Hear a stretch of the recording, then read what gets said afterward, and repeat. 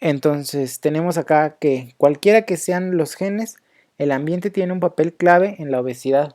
Tan importante es que la hambruna puede impedir la obesidad incluso en el individuo más proclive a desarrollarla. Otros factores que se encuentran implicados son los factores culturales, en el cual son la disponibilidad y composición de los nutrimentos de cada región y de lo que cada familia tenga a la mano para su alimentación. En sociedades industriales la obesidad es más frecuente en mujeres pobres, mientras que en subdesarrolladas las mujeres adineradas tienen mayor frecuencia. Otro factor claramente investigado, descrito, es la privación de sueño, que aumenta el tejido adiposo. Hay síndromes genéticos específicos, como pueden ser el gen OB. Está descrito que alteraciones y mutaciones en este desarrollan obesidad grave, resistencia a la insulina e hiperfagia. El producto como tal del gen OB es la leptina, secretada por células adiposas y que actúan mediante a través del hipotálamo. En situaciones normales, la leptina en concentraciones altas disminuye la ingestión de alimentos y aumenta el gasto energético. Esto quiere decir que entonces, cuando hay una alteración, ya sea en el receptor o en la propia leptina, no se llevará a cabo ni la disminución de la ingestión ni aumentará el gasto. Aquí es a donde está el desequilibrio. Hay otro gen descrito, el gen DB, que se ha descrito que presenta, o cuando hay mutación en este gen, la persona presenta resistencia a la leptina. Su mutación está en el receptor de la leptina y desarrolla un síndrome similar al del gen OB. Entonces el síndrome gen OB existe en humanos y se ha visto que mutaciones en este gen en familias con obesidad mórbida de inicio temprano. Está causadas por mutaciones que desactivan a la leptina o a su receptor. Y entonces aquí se ve la relevancia biológica de la vía de la leptina en humanos. Poco después del nacimiento es cuando se empieza a manifestar las alteraciones de este gen y se acompaña con alteraciones neuroendocrinas. El más prominente de estos síndromes de alteraciones de la leptina es el hipogonadismo hipogonadotropo. Este se revierte con el reemplazo de la leptina en el subgrupo de la deficiencia de esta. Es clave hacer la acotación de que las formas frecuentes de la obesidad no intervienen en mutaciones en los genes de la leptina o su receptor. Es decir, en la obesidad normal no tiene nada, en la obesidad simple, no tiene nada que ver con todas estas mutaciones que acabamos de mencionar. En la obesidad simple únicamente es por un mayor ingreso calórico y un gasto energético deficiente.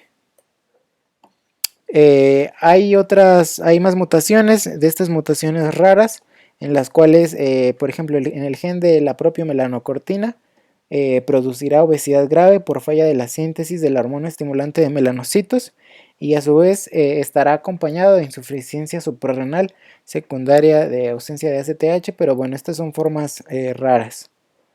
Entonces, hasta ahora los resultados de estudios de relación del genoma completo para identificar a los loci genéticos causantes de la obesidad en población general son decepcionantes, debido a que se han visto más de 100 locis descritos para la obesidad. Uno de los que más se repiten es el gen FTO, pero como se calcula que la heredabilidad de la obesidad es del 40-70%, es probable que haya mucho más locis sin aún ser identificados.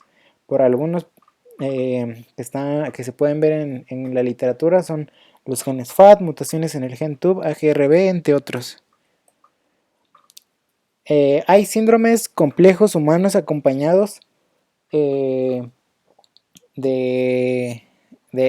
la obesidad. Por mencionar un ejemplo, tenemos el síndrome de Prader-Willi. Este es un trastorno multigénico de desarrollo neurológico en el cual la obesidad coexiste con talla baja, retraso mental, hipogonadismo hipogonadotropo, hipotonía, manos y pies bocas pequeños, boca semejante a la de un pescado e hiperfagia. Por mencionar otro, tenemos el síndrome de Bardet-Biedl, en el cual está la obesidad. La obesidad acompaña este síndrome más retraso mental, retinitis pigmentaria, diabetes, malformaciones renales y cardíacas, y bueno, las que tenemos ahí. Entonces, las alteraciones, algo que ha sido clave y sobre lo que ha causado más interés a estudiar es la alteración en el tráfico del receptor para leptina. Esto es clave y es sobre lo que se ha estado sobre lo que ha estado teniendo más reportes. Por mencionar otro síndrome, tenemos al síndrome de Cushing versus la obesidad simple, en el cual a diferencia, puede compartir algunos rasgos la obesidad simple junto con el síndrome de Cushing. Los tres que comparten son la obesidad central, la hipertensión y la intolerancia a la glucosa. Aunque los pacientes obesos a menudo tienen estas tres, carecen de otros estigmas del síndrome de Cushing. No obstante, a menudo se considera un posible diagnóstico del síndrome de Cushing. Es posible que la obesidad se asocie a la reactivación local excesiva de cortisol en la grasa mediante la 11-beta hidroxiesteroide deshidrogenasa 1, una enzima que biotransforma la cortisona inactiva en cortisol. Sin embargo, la prueba de supresión nocturna con 1 miligramo de dexametasona resulta normal en el 90% de los casos. Aparte del síndrome de Cushing, tenemos al hipotiroidismo, el cual debe considerarse la posibilidad de hipotiroidismo, pero es una causa infrecuente de obesidad. El hipotiroidismo es fácil de descartar con la cuantificación de la hormona estimulante de tiroides.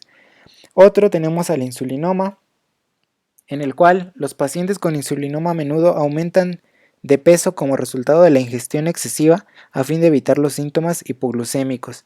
Y el craniofaringioma y otros trastornos, ya sea debido a tumores, traumatismos o inflamación, la disfunción hipotalámica de los sistemas que controlan la saciedad, el apetito y el gasto energético puede causar grados variables de obesidad. Entonces, la pregunta, ¿los obesos comen más que los delgados? Esta pregunta ha estimulado un debate intenso, debido en parte a las dificultades inherentes para determinar la ingestión del alimento. Muchos individuos obesos creen que comen pequeñas cantidades de alimento y esta declaración a menudo se respalda con resultados de cuestionarios sobre la ingestión de alimentos. Sin embargo, ya está establecido que el gasto energético promedio aumenta conforme las personas se vuelven más obesas, debido sobre todo al hecho de que la masa de tejido magro con actividad metabólica aumenta la obesidad. Según las leyes de la termodinámica, la persona obesa debe comer más que la persona delgada, promedio, para mantener su peso elevado. Y tenemos la siguiente pregunta, ¿cuál es el estado del gasto energético en la obesidad? El gasto energético total diario promedio es más alto en las personas obesas que en las delgadas cuando se mide en su peso estable. Sin embargo, el gasto energético se reduce conforme se pierde peso debido en parte a la pérdida de masa corporal magra y a la menor actividad nerviosa simpática.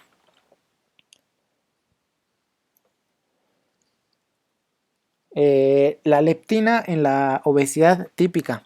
Casi todas las personas obesas tienen concentraciones altas de leptina y no tienen mutaciones. Esto quiere decir que suele haber entonces una resistencia, o se ha descrito que puede haber una resistencia a la leptina. Hay datos sugestivos en los que individuos que producen menos leptina por unidad de masa adiposa o hay una deficiencia relativa. Sin embargo, estos datos son inciertos y son contradictorios y todavía no se ha establecido si es cierto cuál es el mecanismo de resistencia a la leptina. Por último, las consecuencias patológicas de la obesidad. Primero mencionar que toda persona con sobrepeso o obesidad tiene un aumento en la mortalidad y tiene un incremento desde el 50 hasta el 100%, ahí se escribió mal. La esperanza de vida de un individuo con obesidad moderada podría cortarse de 2 a 5 años y un varón de 20 a 30 años con IMC mayor a 45 podría perder 3 años de vida. Entonces, consecuencias como tales patológicas de la obesidad, tenemos la resistencia a la insulina. Por la insulina misma, al inducir una disminución de la regulación de los receptores, 2. Los ácidos grasos que aumentan y pueden afectar la acción de la insulina. 3. Acumulación intracelular de lípidos. Y 4. Varios péptidos circulantes producidos por los adipocitos, como pueden ser la TNF-alfa y L6, y producir un estado inflamatorio crónico del paciente. Trastornos reproductivos puede ser hipogonadismo masculino, la testosterona y la globulina reducidas unidas a proteínas sexuales, ginecomastia, alteraciones menstruales, el más conocido y más frecuente, el síndrome de ovarios poliquísticos, enfermedad cardiovascular asociada de manera general descrita en el estudio Framingham, la hipertensión por mencionar alguna.